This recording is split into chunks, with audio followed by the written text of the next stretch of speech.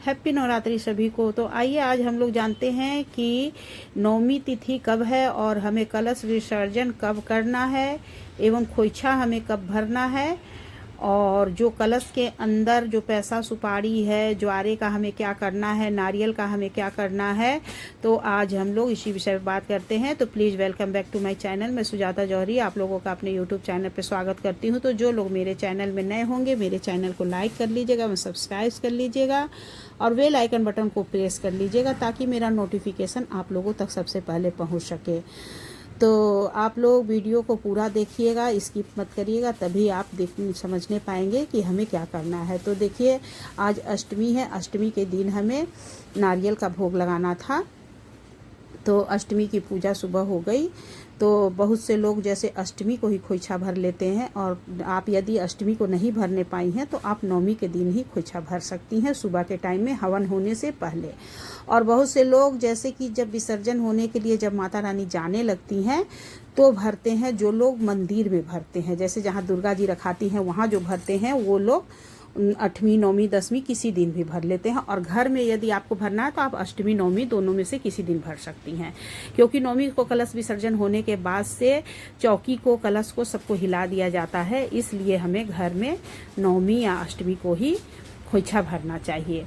और देखिए हमें विसर्जन कैसे करना है। तो विसर्जन हमें 9वीं के दिन, नवरात्रि के 9वें दिन, जैसे कि सुबह के टाइम में आप जैसे प्रतिदिन पूजा करती हैं उस तरह से हमें माता रानी की पूजा कर लेनी है। पूजा करने के बाद से हमें हवन करना है। प्रतिदिन तो छोटा हवन हम लोग करते ही हैं, लेकिन उस दिन थोड़ा बड़ा हवन होगा, क्योंकि परिवार के प्रत्येक सदस्य बैठ के हवन करते हैं। बहुत से लोग अपने से भी करते हैं, बहुत से लोग पंडित जी लोग के द्वारा करवाते हैं। तो जिनके यहाँ जैसे होगा वैसे देख लीजिएगा। मैं तो पंडित जी से ही करवाती हूँ। हमारे यहाँ पंडित जी कल 8 बजे के लगभग में आएंगे हवन करवाने के लिए। तो जैसे कि पंडित जी से करवाती हैं या अपने करती हैं, तो अपने देखिए करना है तो हमें हवन कर लेना है। पूजा करने के बाद हवन करना है, और हवन करने के बाद से हमें आरती कर लेनी है। आरती करने के बाद हमें जो कलश है उसे हमें थोड़ा सा हिला देना रहता है, मतलब घसका देना रहता है, और चौकी को भी हल्का सा हिला देना हो जाता है, क्योंकि विसर्जन हो जाता है। हवन होने के बाद विसर्जन हो जाता है। और विसर्जन करने के बाद से हमें देखिए क्या करना है। प्रसाद को उठा लेना है, प्रसाद सभी में बांट लेना है। और माता रानी को देखिए विसर्जन से पहले ही खोइछा भरना है, मतलब सुबह जब आप पूजा करेंगी उसी समय खोइछा भर लीजिएगा। और यदि अष्टमी को भर ली होंगी तो कोई बात नहीं। तो खोइछा हमें देखिए एक लाल रंग का कपड़ा बिछा लेना है। मैं खोइछा का वीडियो डाल चुकी हूँ, लेकिन फिर भी मैं इसमें बता देती हूँ। तो एक लाल कपड़ा बिछाना, मैं कल सुबह ही भरूंगी। तो लाल कपड़ा बिछाना है, उस पर हमें 5 पान का पत्ती रखना है, उस पर हमें चावल रखना है। जैसे कि खोइछा देते हैं बेटी बहन को, उस तरह से हमें खोइछा देना है माता रानी को। तो पान का पत्ती रखना है, उसके ऊपर हमें चावल रखना है, 5 जगह 5 सुपारी रखना है, 5 हल्दी का गांठ रखना है। यदि हल्दी का गांठ नहीं होगा तो हल्दी पीसा भी थोड़ा थोड़ा डाल सकती हैं। और फिर एक एक लौंग डालना है, एक एक इलायची डालना है, एक एक फूल डालना है, और थोड़ा सा सिंदूर टिक देना है। और उसके बाद से एक एक का सिक्का, 5 का सिक्का, 10 का सिक्का, जो आपकी सामर्थ्य हो वो डाल दीजिएगा। और डालने के बाद से उसमें श्रृंगार की सामग्री भी हमें डालनी है माता रानी को, चूड़ी, बिंदी, और डाल करके उसे हमें बांध करके माता रानी के आगे हमें रख देनी है।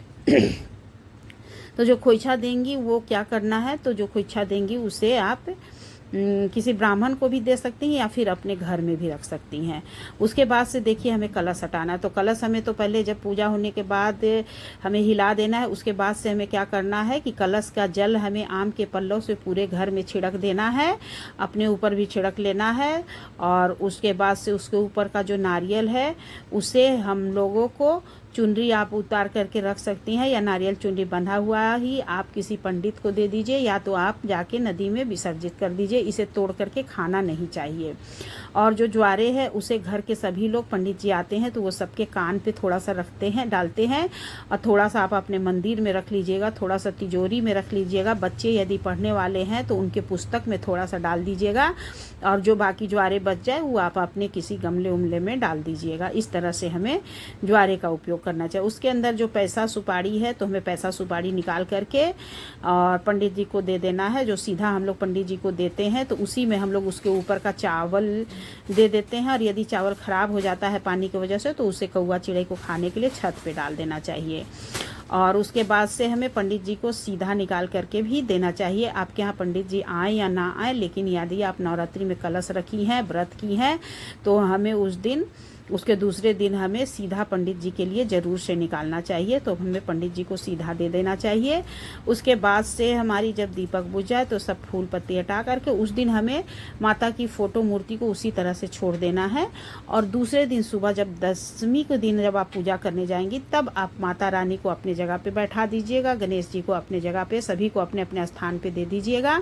और यदि आप अपने से करती हैं तो शुरू करने से पहले, मैं पहले बताना था बाद में बता रही हूँ, हमें भगवान से बोलना है कि भगवान जी जैसे आप लोग हमारे यहाँ आए थे वैसे आज मैं आप लोगों का विसर्जन कर रही हूँ, तो आप लोग अपने अपने धाम को जाइए और हमें आशीर्वाद दे दीजिए। तो सभी को अपने अपने धाम भेजना है और लक्ष्मी जी को अपने घर में ही विराजित रहने के लिए बोलना है। इस तरह से बोल करके हमें विसर्जन करना है।